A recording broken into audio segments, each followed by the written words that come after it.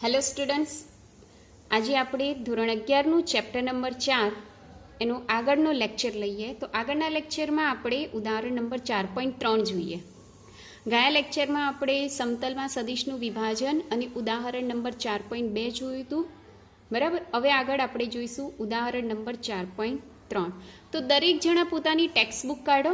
ટેક્સ્ટબુકની અંદર ઉદાહરણ નંબર 4.3ની રકમ કાઢો, જેનો પાના નંબર છે 72. હવે એની અંદર જુઓ, ઉદાહરણ નંબર 4.3ની રકમ કે શું લખ્યું છે કે એક મોટર બોટ ઉત્તર દિશામાં 25ની વેગથી ગતિ કરે છે. તો પહેલાં સૌ પ્રથમ આપણે એની 4 દિશા બનાવી દઈએ. આ નોર્થ, અને આપણે કહી દઈએ સાઉથ એટલે કે દક્ષિણ, આ પૂર્વ એટલે કે ઈસ્ટ, અને આ પશ્ચિમ એટલે કે વેસ્ટ. આ 4 દિશા આપણે બતાવી દીધી. હવે પહેલાં શું કહે છે કે મોટર બોટ ઉત્તર દિશામાં ગતિ કરે છે. એટલે આ જે મોટર બોટ છે એ કઈ દિશામાં ગતિ કરે છે? ઉત્તર દિશામાં. એટલે મોટર બોટ એટલે કાર, એના વેગના આપણે શેના વડે બતાવીશું? વીસી વડે બતાવીશું. શેના વડે બતાવીશું? વીસી વડે બતાવીશું. હવે આગળ જો શું કહે છે, આ વિસ્તારમાં પાણીના પ્રવાહનો વેગ 10 કિલોમીટર પર અવર છે. પાણીના પ્રવાહની દિશા દક્ષિણથી પૂર્વ તરફ 60નો ખૂણો બનાવે છે. એટલે આ દક્ષિણથી પૂર્વ તરફ, અર્થાત આવી રીતના દક્ષિણથી પૂર્વ તરફ કીધું છે. એટલે કે આમ આ દક્ષિણથી પૂર્વ તરફ કેટલાનો ખૂણો બનાવે છે? 60. કોણ બનાવે છે? પ્રવાહ, પાણીનો પ્રવાહ. પાણીને આપણે શું કહીએ છીએ? વોટર. એટલે આને આપણે કહીશું VW કહીશું. અથવા તો એક કામ કરીએ, હા, આને આપણે કહી દઈએ VW કહી દઈએ. બરાબર. આ રીતના તમે સિમ્બોલ કોઈ પણ આપી શકો છો. તમને જે યોગ્ય લાગે એ સિમ્બોલ તમે કરી શકો છો. ફરીથી એક મોટર બોટ, જેને આપણે કહીએ છીએ કાર. બરાબર. કારનો વેગ કઈ દિશામાં છે? ઉત્તર દિશામાં. એટલે આપણે એને વીસી કહી દીધું. પાણીના પ્રવાહનો વેગ દક્ષિણથી પૂર્વ તરફ કેટલાનો ખૂણો બનાવે છે? 60 ડિગ્રીનો. એટલે એને આપણે VW કહી દીધું. બરાબર. જ્યાં મોટર બોટનો વેગ કીધો છે, આપી દીધો છે વીસી બરાબર 25 કિલોમીટર પ્રતિ અવર. પાણીના પ્રવાહનો વેગ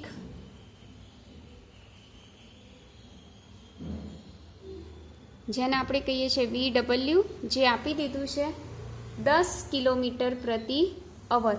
તો પ્રશ્ન પૂછ્યો છે કે મોટર બોટનો પરિણામી વેગ શોધો. એટલે કે પરિણામી વેગ, જેને આપણે કહી દઈએ છીએ R બરાબર કેટલા, અને એની દિશા પણ શોધવાની રહેશે. બરાબર. દિશા બરાબર કેટલા, આટલી વસ્તુ તમારે શોધવાની છે. તો હવે જુઓ, આપણી પાસે કુલ કેટલા સદિશો આવી ગયા છે? 2 સદિશો. જુઓ, એક અલગ આકૃતિ બતાવું. એક સદિશ કયો? વીસી. અને બીજો સદિશ કયો છે? VW. હવે આખા ખૂણાનું માપ કેટલું થાય? આખું આ અડધું કહેવાય ને, એટલે 180 થાય. 180 માંથી આટલો 60નો બાદ થઈ જાય તો આ બંને વચ્ચેનો ખૂણો કેટલો? 120 રહે. 180 માંથી 60 બાદ કરતો એટલે વધ્યું કેટલું? 120. એનો અર્થ કે આ બંને વચ્ચેનો જે ખૂણો છે, થીટા કહી દઈએ આનો, તો અહીંયા લખું છું વીસી અને VW વચ્ચેનો ખૂણો કેટલો છે? થીટા બરાબર 120 ડિગ્રી. બરાબર. હવે આ બંનેનો પરિણામી સદિશ આ બંનેની ક્યાં હોય? વચ્ચે હોય. જેને આપણે શું કહી દઈએ છીએ? R. જેને આપણે શું કહી દઈએ છીએ? R. આ જે R છે એ VW સાથે બનાવતો ખૂણો કેટલો છે? 5. સદિશ R એ VW સાથે કેટલાનો ખૂણો બનાવે છે? 5. તો તમારે શોધવાનું છે કે એ જે મોટર બોટનો પરિણામી વેગ શોધવાનું છે. બરાબર. ધારો કે મોટર બોટ કીધું છે, એટલે આ મોટર બોટ, એટલે આપણે આનો 5 ના કહેતા, આના આપણે શું કહી દઈએ છીએ? 5 કહી દઈએ, કારણ કે મોટર બોટનું શોધવાનું કીધું છે ને. જો પાણીના પ્રવાહનો પરિણામી વેગ શોધવાનું કીધું હોય તો આપણે VW સાથે 5નો ખૂણો બનવાનો અને 5 શોધવાનું. પણ અત્યારે આપણને ક્વેશ્ચનમાં શું પૂછ્યું છે, તમે ટેક્સ્ટ બુકમાં જુઓ તો શું પૂછ્યું છે, મોટર બોટનો પરિણામી વેગ શોધવાનું છે. એટલે પરિણામી વેગ અને મોટર બોટ વચ્ચે બનતો ખૂણો તમારે શોધવાનો છે. એટલે કે દિશા phi બરાબર કેટલા એ શોધવાના છે. બરાબર, ખ્યાલ આવી ગયો દરેકને. હવે સૌ પ્રથમ આપણે શું શોધી નાખવાનું, પહેલાં તો R શોધી નાખવાનું. તો R બરાબર સૂત્ર છે આપણી પાસે, ઉદાહરણ નંબર 4માં આપણે જોયું હતું. આવું સૂત્ર થાય 2VC VW અને cos થીટા. બરાબર, ઉદાહરણ 4.2માં જો બે સદિશો વચ્ચેનો પરિણામી સદિશ શોધવો હોય તો એના માટે આ સૂત્ર વાપરી શકાય. આની અંદર કિંમત મૂકી દો. VCની કિંમત કેટલી છે, 25નો વર્ગ. VWની કિંમત 10, VC 25, VW 10, અને અહીંયા આવશે cos થીટાની જગ્યાએ 120. 25નો વર્ગ 625, 10નો વર્ગ 100 વત્તા 2, 25 ગુણ્યા 10 એટલે 250. cos 120ની કિંમત -1/2 થાય. 2 2 કેન્સલ, માઇનસ આ બાજુમાં આવી જાય. 625 વત્તા 100 એટલે કેટલા થાય, 725. માઇનસ અહીં આવી જાય, કેટલા વધશે, 250. 725માંથી 250 માઇનસ કરી દો તો કેટલું આવશે વર્ગમૂળમાં, તો અહીં આવશે 525. એવું કંઈક એપ્રોક્સિમેટેડ આવે છે, જેનો એપ્રોક્સિમેટેડ જવાબ એ લોકોએ લખ્યો છે 22 કિલોમીટર પ્રતિ અવર. જોઈ લેજો ગણતરીમાં ક્યાંક પ્લસ માઇનસનું થોડુંક રહેતું હોય તો તમારી પાસે કેલ્ક્યુલેટર આપેલું છે, તમે આરામથી ના 725માંથી 250 જાય તો લગભગ 25 એટલે 5, 7 અને અહીંયા રહેશે 4, 475 થાય. 475નું વર્ગમૂળ એપ્રોક્સિમેટેડ કેટલું થાય, 22 કિલોમીટર પ્રતિ અવર થાય. હવે આપણે શું શોધવાનું છે, phi શોધવાનું છે. તો આગળના ઉદાહરણમાં એવું શોધ્યું હતું આપણે કે આરની નીચે કયો ખૂણો આવે, આરની નીચે A અને B વચ્ચેનો ખૂણો આવે. તો A અને B વચ્ચેનો ખૂણો કેટલો, થીટા, એટલે અહીં શું આવશે, સાઇન થીટા. ચલો એના પછી VW, તો VWની નીચે કયો ખૂણો આવશે કે VC અને R વચ્ચે બનતો ખૂણો. તો VC અને R વચ્ચે બનતો ખૂણો કયો છે, sin phi, એટલે નીચે આવશે sin phi. તમારે શોધવાનું છે sin phi, તો sin phi ના સૂત્રનો કરતા બનાવો. sin phi ઉપર આવી જશે, sin થીટા અહીંયા ઉપર આવી જશે અને R છેદમાં આવી જશે. ચલો સાદું રૂપ આપી દઈએ. sin phi બરાબર VWની જગ્યાએ કેટલા લખીશું આપણે, 10. sin થીટા એટલે sin 120 થશે ભાગ્યા R, તો Rની કિંમત કેટલી, 22. ચલો 10 એમ ના એમ, sin 120ની કિંમત વર્ગમૂળમાં 3/2 થાય અને ગુણ્યા 22 તો 6 જ. આનું સાદું રૂપ આપી દો કેલ્ક્યુલેટરની મદદથી તો આનો કંઈક જવાબ આવે છે 0.397 બરાબર શું મળ્યું આપણને, sin phi મળ્યું. આપણે તો શું શોધવાનું છે, phi. બરાબર, તો sin આ બાજુમાં આવે એટલે શું લખાય, sin ઇનવર્સ કૌંસમાં 0.397. ફરીથી સમજાવું, જો આ phi શોધવાનું, આપણે આ શું શોધ્યું, sin phi શોધ્યું, પણ શોધવાનું શું છે, phi. એટલે sin બરાબરની પેલી બાજુમાં જાય એટલે માઇનસ થઈ જશે. હવે લોગ ટેબલ, લોગેરિધમ ટેબલ જે હોય એ દરેક જણાએ કાં તો પરચેસ કરી દેવાનું, કાં તો જો જૂની કોઈ બુક પડી હોય તે બુકની પાછળ તમને આખું લોગ ટેબલ આપેલું છે તો એની જરૂર પડશે. તો જો અમારી પાસે અહીંયા એક જૂની ટેક્સ્ટ બુક છે, એ ટેક્સ્ટ બુકની પાછળ લોગેરિધમ આપેલું છે. એ લોગ ટેબલની અંદર તમારે આવું કંઈક નેચરલ સાઇન લખેલું હશે, કારણ કે આપણે સાઇન વિશે શોધવાનું છે ને, એટલે પાછળનો કયો ખાનો કાઢવાનો, નેચરલ સાઇન કાઢવાનો. દેખાય છે દરેકને અહીંયા લખેલું છે નેચરલ સાઇન. હવે એની અંદર આખો જે કોષ્ટક છે એની અંદરથી મારે શું શોધી નાખવાનું, 0.397 શોધી નાખવાનું. તો જુઓ દરેકને જો દેખાતું હોય તો 0.1ની લાઈન છે, 0.2ની લાઈન, 0.2, 0.3 આવી ગયું 3. હવે મારે 397 શોધવાનું છે. 397 એટલે અહીંયા જુઓ તમને કંઈક દેખાય છે 3907, 3923, 393, 395, 397 દેખાઈ ગયું. અહીંયા આ છે તમારું 3971. તો એનું લોકેશન શોધી કાઢો.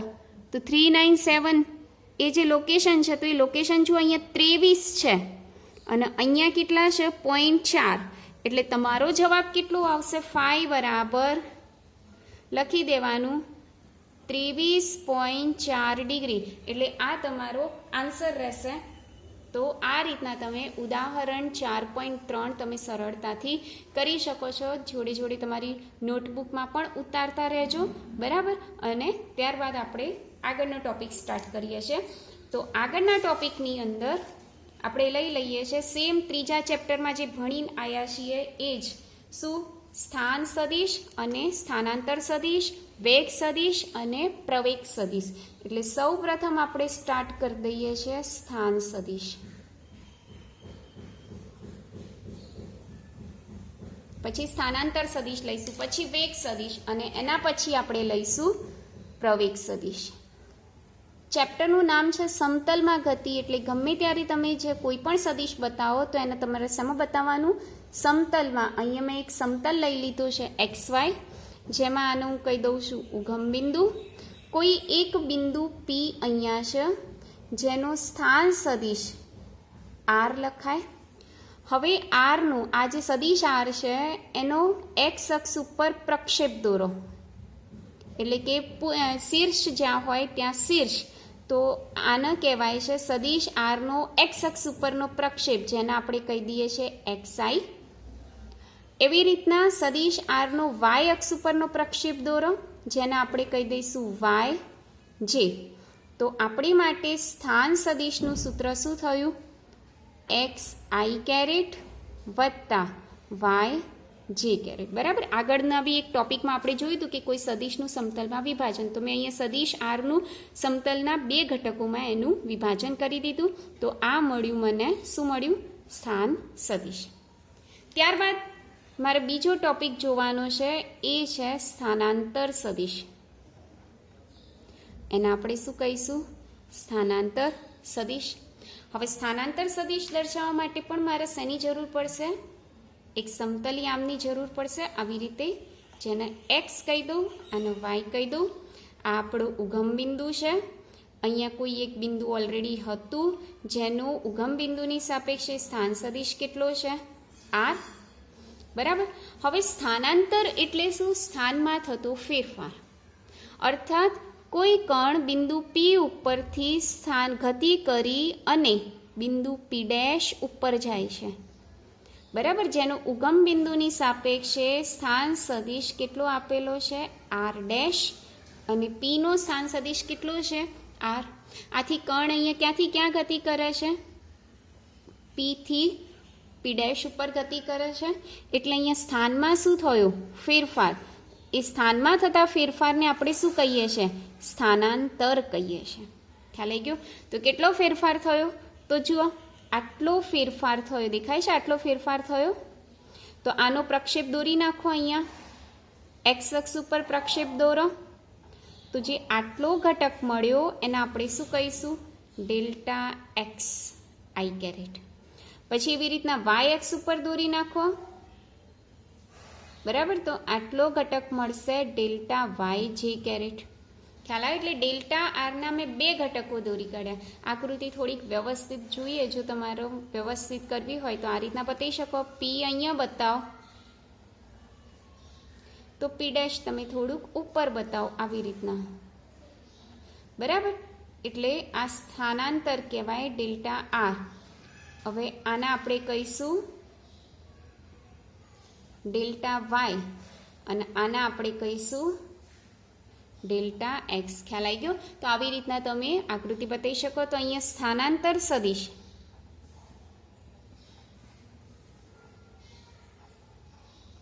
જેને આપણે દર્શાવીશું ડેલ્ટા R વડે.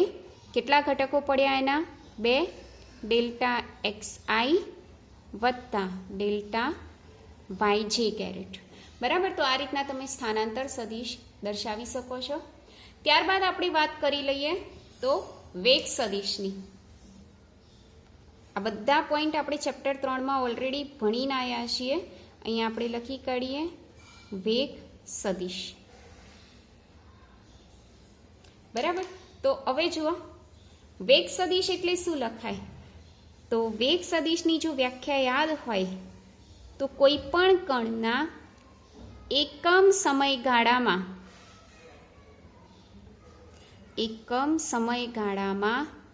કણના સ્થાનમાં થતા ફેરફારને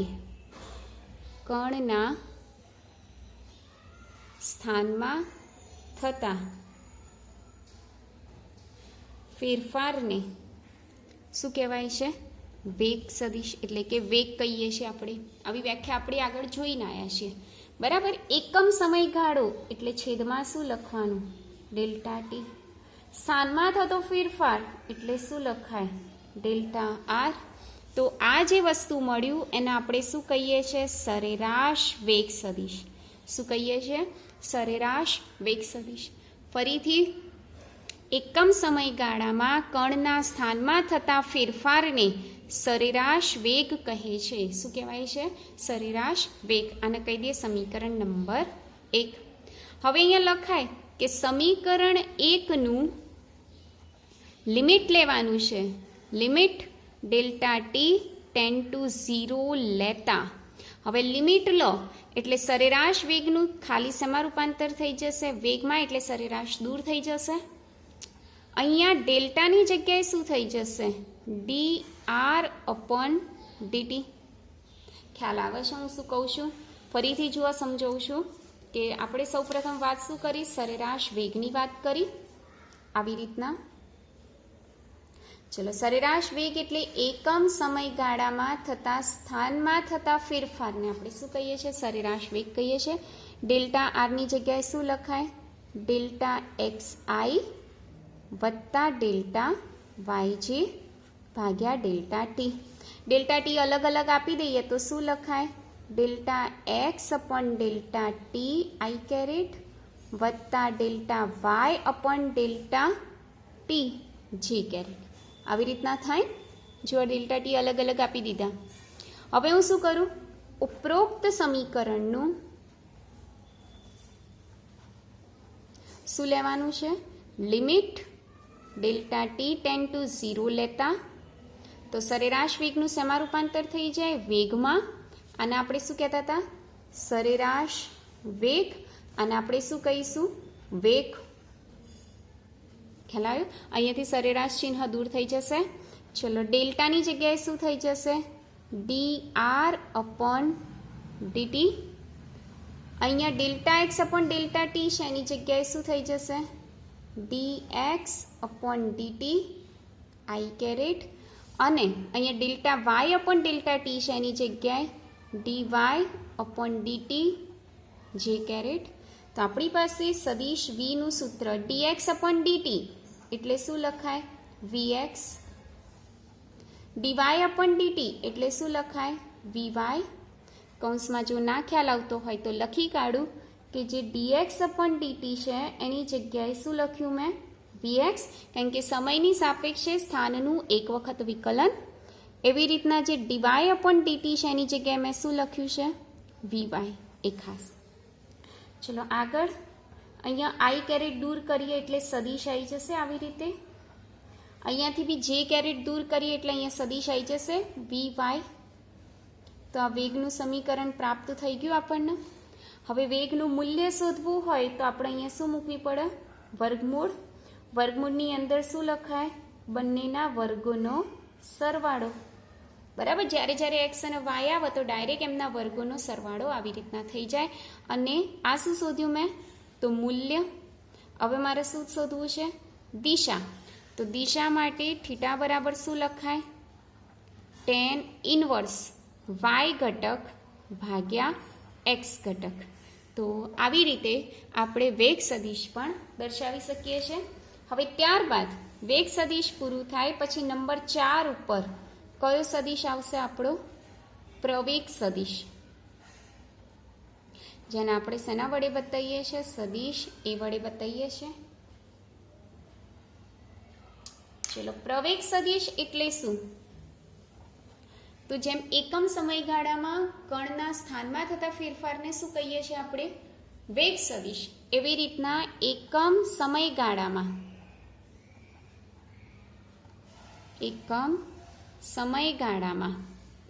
કણના વેગમાં થતા ફેરફારને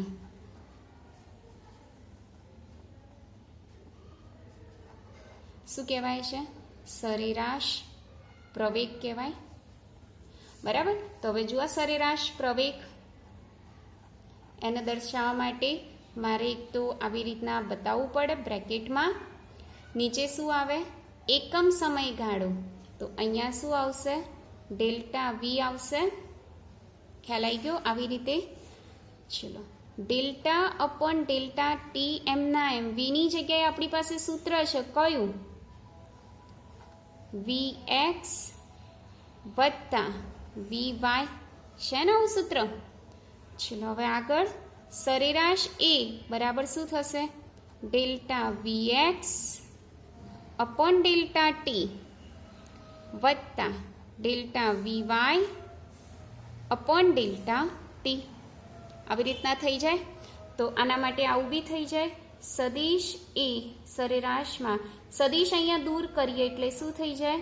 delta Vx upon delta t i caret વત્તા delta Vy upon delta t શું થઈ જશે? જે કેરેટ થઈ જશે. હવે આ સમીકરણનું ફરીથી આપણે શું લેવાનું છે? લિમિટ. એટલે અહીંયા લખું છું ઉપરોક્ત સમીકરણનું. ફરીથી અહીંયા એ સમીકરણ લખી કાઢું જેથી તમને યાદ રહેશે. ડેલ્ટા સરેરાશ એ બરાબર delta Vx upon delta t i caret વત્તા delta Vy upon delta t j caret. હવે અહીંયા લખું ઉપરોક્ત સમીકરણનું limit delta t tends to 0 લેતા. તો અહીંયાથી સરેરાશ દૂર થઈ જાય એટલે શું આવી જશે? એ. અહીંયા ડેલ્ટા દૂર થઈ જાય, ડેલ્ટાની જગ્યાએ શું આવી જશે? dvx અપોન dt અહીં આઈ કેરેટ વત્તા અહીં શું થશે? dvy અપોન dt જે કેરેટ. ઇન શોર્ટ ડેલ્ટાની જગ્યાએ શું થઈ જશે? સ્મોલ ડી થઈ જશે. હવે જે આ dvx અપોન dt એટલે સમયની સાપેક્ષે વેગનું એક વખત વિકલન એટલે આપણને પ્રવેગ જ આપે છે, પરંતુ પ્રવેગનો કયો ઘટક? x ઘટક. એવી રીતના આ પ્રવેગનો કયો ઘટક છે? y ઘટક. આ સદિશ એ. તો સદિશ એના આવી રીતે પણ લખાય. આઈને દૂર કરો એટલે ax ની ઉપર શું આવી જાય? સદિશ. જેને દૂર કરો એટલે ay ની ઉપર શું આવી જશે? સદિશ. હવે એનું મૂલ્ય શોધી કાઢીએ. તો મૂલ્ય એ બરાબર શું આવશે?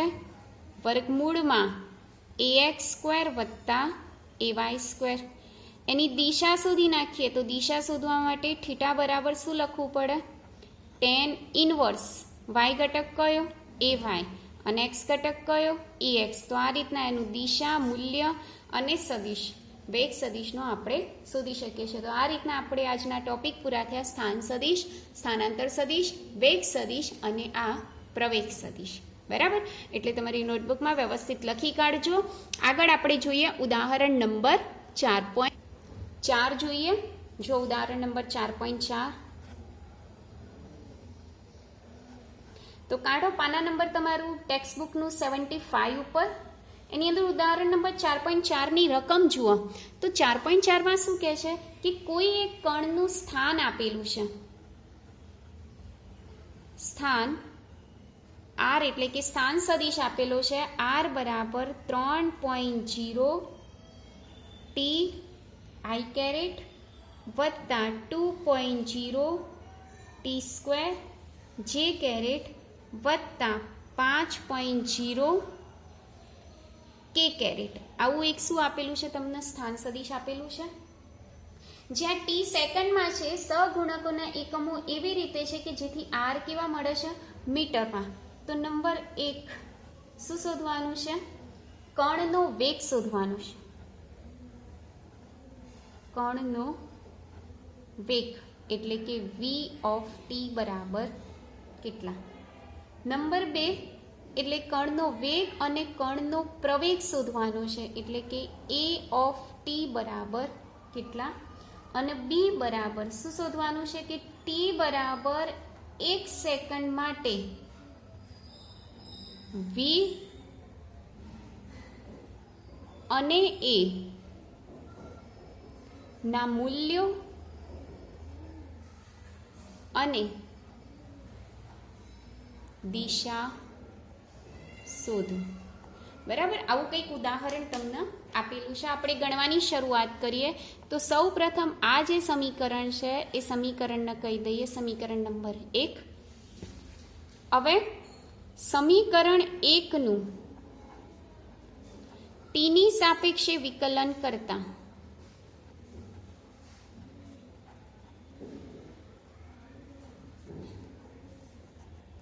ચલો સમીકરણ 1નું ટીની સાપેક્ષે વિકલન કરો તો r નું વિકલન શું થઈ જાય?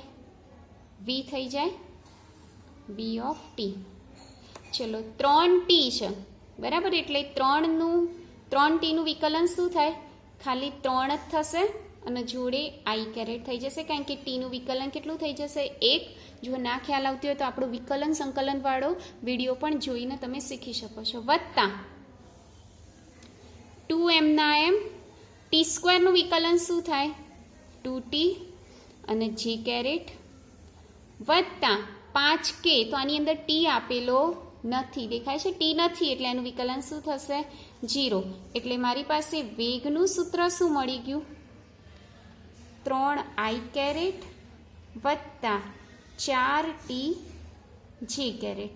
તો આ મને મળ્યું વેગ, એટલે આ પહેલો આન્સર મળી ગયો.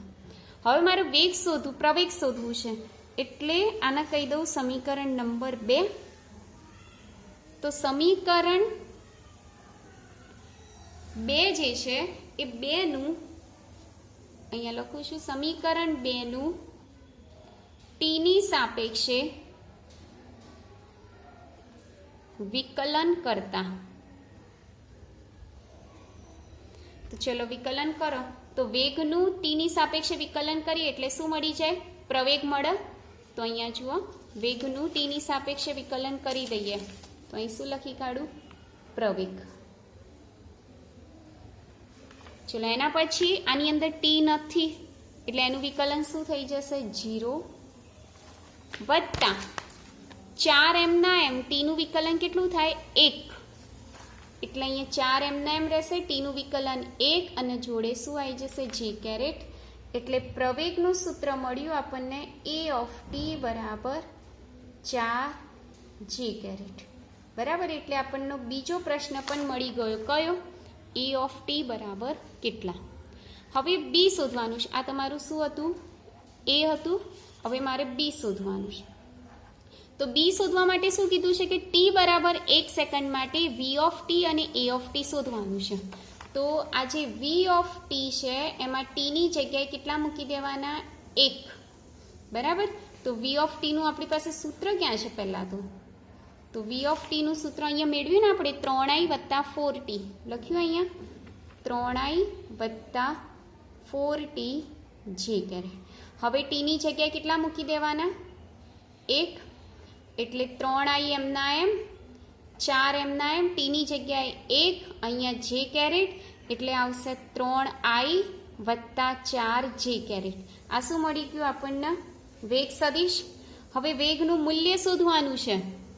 તો વેગનું મૂલ્ય કેવી રીતના શોધશો? વર્ગમૂળમાં 3નો વર્ગ વત્તા 4નો વર્ગ, 3નો વર્ગ 9 વત્તા 16, 9 વત્તા 16 એટલે 25. માટે v બરાબર કેટલા આવશે? 5 મીટર પ્રતિ સેકન્ડ. આ વેગનું શું મળ્યું મને? મૂલ્ય. હવે દિશા શોધવાનું છે. તો દિશા શોધવા માટે તો શું થાય? દિશા માટે થીટાનું સૂત્ર કયું છે? tan ઇન્વર્સ y ઘટક ભાગ્યા x ઘટક. બરાબર, તો થીટા બરાબર tan ઇન્વર્સ m ના m વાય ઘટક કયો છે તમારો? વેગનો વાય ઘટક જે જેની જોડે આપેલો હોય એ વાય ઘટક એટલે 4 અને વાય એક્સની જોડે આપેલો હોય એક્સ ઘટક એટલે કેટલો આપેલો છે? 3. તો બરાબર tan ઇન્વર્સ એમના એમ 4/3 એટલે 1.33 લખાય. હવે પાછળ નેચરલ ટેન્જેન્ટમાં જોવાનું, શું કાઢવાનું? tan શોધવાનું છે ને, એટલે નેચરલ ટેન્જેન્ટ કાઢો. તો નેચરલ ટેન્જેન્ટની અંદર જો આવું લખેલું છે નેચરલ ટેન્જેન્ટ, એમાં તમારે શું શોધી કાઢવાના છે? 1.33. તો પહેલાં તો 1 પોઈન્ટની લાઈન શોધવાની તમારો. 1 પોઈન્ટ ક્યાં છે? તો જુઓ 1 પોઈન્ટ સીધું ક્યાં આવે છે? આટલે દેખાય છે 1 પોઈન્ટ. હવે આમાં 1.33 શોધો તો 1.32 મળ્યું. આ રહ્યું 33 દેખાય છે, 33, 19 આ વાળું. એટલે એનું લોકેશન શોધો તો આડી લાઈનમાં કેટલા છે? 53 અને ઊભી લાઈનમાં કેટલા છે? 0.1. બરાબર, એટલે આનો જે જવાબ છે એ થીટા બરાબર કેટલા આવશે? 53.1 ડિગ્રી. એટલે આ મેં શું શોધી નાખ્યું? થીટા શોધી નાખ્યું. ખ્યાલ આવી ગયો? હવે એવી જ રીતના એટલે કે તમારો પહેલો પ્રશ્ન પ્રાપ્ત એટલે બીનો એક વસ્તુ મળી ગઈ, વે ઓફ ટી. હવે ટી બરાબર 1 સેકન્ડ માટે શું શોધવાનું છે? પ્રવેગ.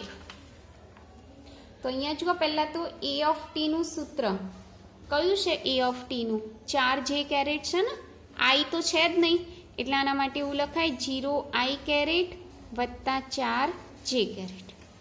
બરાબર, આમાં કીધું છે એ બરાબર ટીની જગ્યાએ કેટલા મૂકવાના? 1. પણ આમાં તો કશું છે જ નહીં, ખાલી શું રહેશે? 4 જે કેરેટ જ રહેશે. હવે એનું મૂલ્ય શોધવાનું છે એટલે વર્ગમૂળમાં શું આવી જાય? ખાલી 0નો વર્ગ વત્તા 4નો વર્ગ. એટલે 0નો વર્ગ 0, 4નો વર્ગ 16, 16 વત્તા 0 એટલે 16 અને 16નું વર્ગમૂળ શું થાય? 4. એટલે એ બરાબર શું આવ્યું? 4 મીટર પ્રતિ સેકન્ડનો સ્ક્વેર. હવે દિશા શોધવાનું છે, આ મૂલ્ય શોધી કાઢ્યું આપણે. હવે દિશા શોધવાનું છે તો દિશા માટે થીટા બરાબર શું લખાય? tan ઇન્વર્સ વાય ઘટક ભાગ્યા એક્સ ઘટક એવું લખાય. તો ચલો tan ઇન્વર્સ એમના એમ વાય ઘટક કયો છે આનો? તો 4 અને એક્સ ઘટક કયો છે? તો 0. 4/0 એટલે શું લખાય? tan ઇન્વર્સ ઇન્ફાઇનાઇટ એટલે કે અવ્યાખ્યાયિત. તો અવ્યાખ્યાયિત તો કોનું છે? તો અવ્યાખ્યાયિત તો આપણે એના માટે છે જ નહીં. એટલે અહીંયા tan ઇન્વર્સ માટે કશું આની દિશા હોતી નથી, કારણ કે અવ્યાખ્યાયિત છે. એટલે આપણે પ્રવેગનું ખાલી શું શોધી કાઢવાનું? મૂલ્ય. દિશા શોધવાની રહેતી નથી. તો આ રીતના તમે, કારણ કે અવ્યાખ્યાયિત આવી ગયું ને, અવ્યાખ્યાયિત આવે એટલે એની દિશા હોય નહીં. તો આ રીતના આપણે ઉદાહરણ નંબર 4.4 ગણી શકીએ છીએ. આજના લેક્ચર પૂરતું આપણે આટલું રાખીએ. બીજું નેક્સ્ટ લેક્ચરમાં. Thank you.